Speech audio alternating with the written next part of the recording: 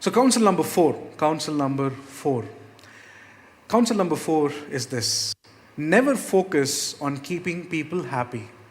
Never focus on keeping people happy.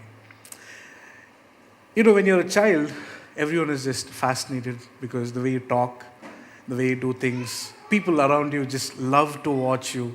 You know, when a baby is born and then a few months later starts to crawl and start to roll, everybody is just so amazed. It's as if, they've never seen a baby crawl or a baby move or a baby start walking. Oh, look at it. I remember when my son started walking, I was like the first one on the phone, take pictures.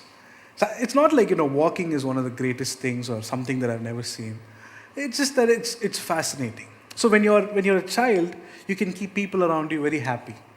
But as you grow older, you'll realize how difficult it is to keep people happy. So what happens is people fall into this trap. What is this trap? People pleasing.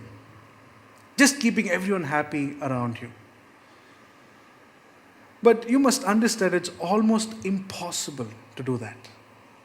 No one is going to be happy with you 100% of the time, 365 days of the year. It's not going to happen. Even your spouse won't be happy with you. The married people will say amen to that. I already heard one. I can also say amen to that. My wife also, if you ask me, she'll say amen. Because no matter how much she loves me, there'll always be some points that she can complain about. See, nobody can keep you happy, and you cannot keep anyone happy 100% of the time, every day of the year. It is not possible. Because that is the human nature. People who seem loyal today will be different tomorrow. People who are trustworthy today will turn against you. People who one day praise you will despise you. You cannot keep everybody happy. There are people who get married thinking that this man will keep me happy. They should have married a stand-up comedian. Probably every night he can do some round of jokes or something. But I tell you, even those comedians, I read this somewhere, that even those stand-up comedians that make you laugh are actually sad in real life. You see this character called Mr. Bean, right? Have you seen his interviews, actual interviews? He's very serious. And even in some of his stories, he said, I'm not like the character in my real life. I'm just on a screen. I'm funny. I make people laugh. See, even the ones who make you laugh are not happy in their personal lives. You must understand that we can never keep others happy. And even those who seem like they can keep the whole world happy are not happy themselves. Charlie Chaplin said like this, I always like walking in the rain so no one can see me crying. The man who makes others laugh also has his share of burdens. If there is one thing that we can focus on, that is this.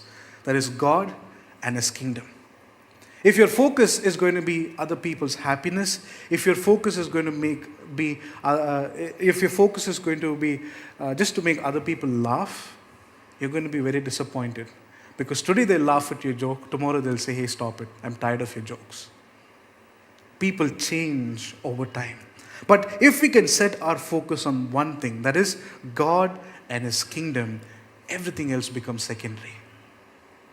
Everything else is secondary. Because the beauty of this is that when you put God and His kingdom as the first priority in your life, then you yourself will be happy. You yourself will be happy. Sometimes the wife may look at the husband and says, he's not very jovial, he's a little boring, he's not cracking jokes, he's not making me laugh.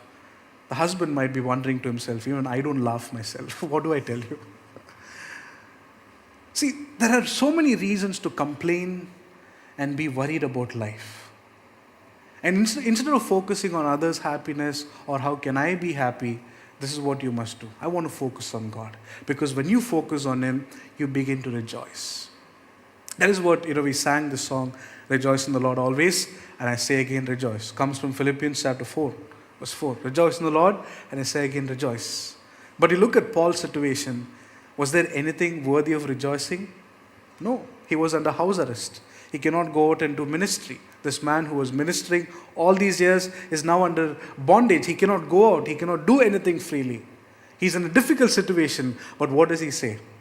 Rejoice in the Lord, and say it again, rejoice. See, when your focus is on God and His kingdom, you will always be happy no matter where you are or what circumstance you're walking through. Are you with me? No matter what circumstance you're walking through, you can always rejoice because your focus is on God.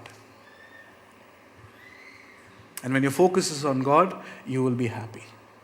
So if your spouse comes to you or if your friend comes to you and say, hey bro, you're not very, you're not the one that can, just take the crowd or keep me happy or entertained.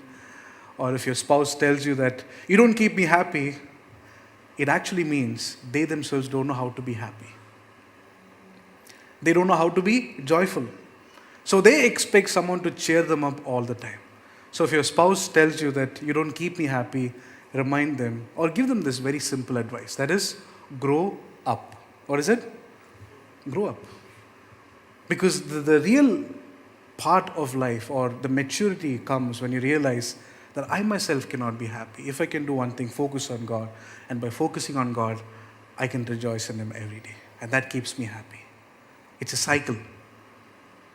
See, some people focus on their own happiness. I'm just going to do everything to keep myself happy. Even that doesn't work.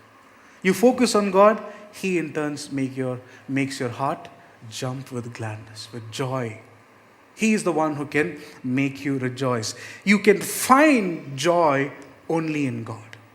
You cannot find it by yourself. You cannot keep anyone happy. You have to seek God and find joy in Him. That is the end of everything. Are you with me? Many people often turn to so many other things to find relaxation, to find joy, to find peace. But if you can just make it a priority to seek God, you can be joyful in Him, always, in any circumstance. Sometimes we let our minds wander too much. What that means is when we are down or something, we feel like maybe I should talk to this person. Maybe I should watch something. Or maybe I should do this just to cheer myself up. But can you try to pray? Are you down with something? Are you battling with something? Can you try to pray and seek God? Within minutes, within seconds, a joy will flood your heart. A joy unexplainable. That is what Paul says. The peace of God that transcends all understanding. You cannot understand, how am I joyful? I mean, my life is miserable. I'm in a difficult position. I've lost everything. But how can I be joyful?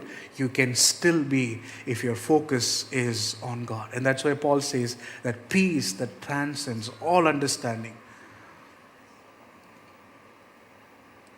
Are you lacking joy in your life? You're happy in the crowd, but the moment you step outside of church, you feel like there's no one for me, God. Can I tell you something? As you grow older in life, you'll realize how lonely life is. As you grow older, you'll realize that if there's one true companion, it is Jesus. If there's someone who truly understands you, who truly builds you up every day, who truly gives you that comfort, that is God alone. And that is why when I look at the life of David, he held on to the Lord so much. Not because he was a lonely man. He was not like, I'm lonely, I don't have anybody. He understood, I have everyone, but none of them can give me peace like God does. So what does he do? Always focuses on God. I've set my eyes on the Lord. All the time, it is about Jesus. It's about God, His kingdom. If you can make that as your central focus, I tell you, you will be the happiest person in your friend circle. They'll come and ask you, how is it that you're so happy? We're going through a difficult situation, but how is it that you're so happy? You just failed in an exam. How is it that you're happy? Tell them it is the peace of God. It's a joy that comes from the Lord. Amen? Are you with me? So never focus on keeping others happy. Don't even focus on keeping yourself happy. Focus on God's kingdom. His kingdom, His plans, His purposes. Run behind that. And I tell you, you will live a very satisfied life. Amen.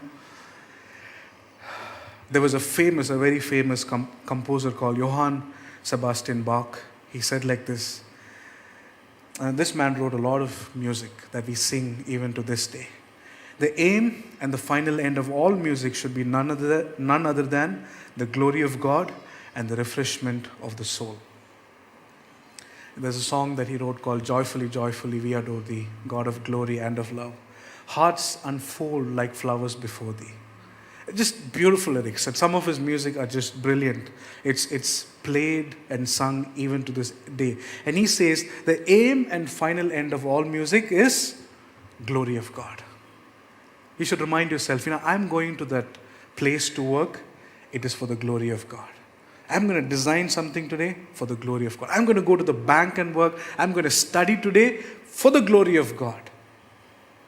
Try doing that. Try living a life that way. Open your book and say, I'm going to study for the glory of God. Or you can cover a lot of portions that day. Because it's no longer about yourself, but about His glory. It's no longer about your name, but His name. You can be different. Your life will be much more fulfilling. Amen. So never focus on others' happiness, nor focus on your happiness. Focus on God's kingdom, because that is the final end of all things. Amen. I pray that these 4 words of counsel will be beneficial to you. Something that you can take back home and ponder over. Whatever your challenge may be. Maybe there's a bitterness. Or maybe there is an issue with pornography. Or maybe you're just not happy with your life. Or maybe you're battling with stress. Think about all these things and see how we can change your life today. Maybe you need to focus on the Lord. Maybe you need to manage your time well. Maybe you should stop listening to that one person who tells you all their sad stories. I make this as a rule. Don't listen to too many sad stories. Otherwise, you will become sad. You will become sad. Don't listen. If somebody will come and tell you, bro, listen, what happened? This is what happened to me. Okay, listen, pray for them. But let that not be for more than 10 minutes. Because we have to sympathize with others.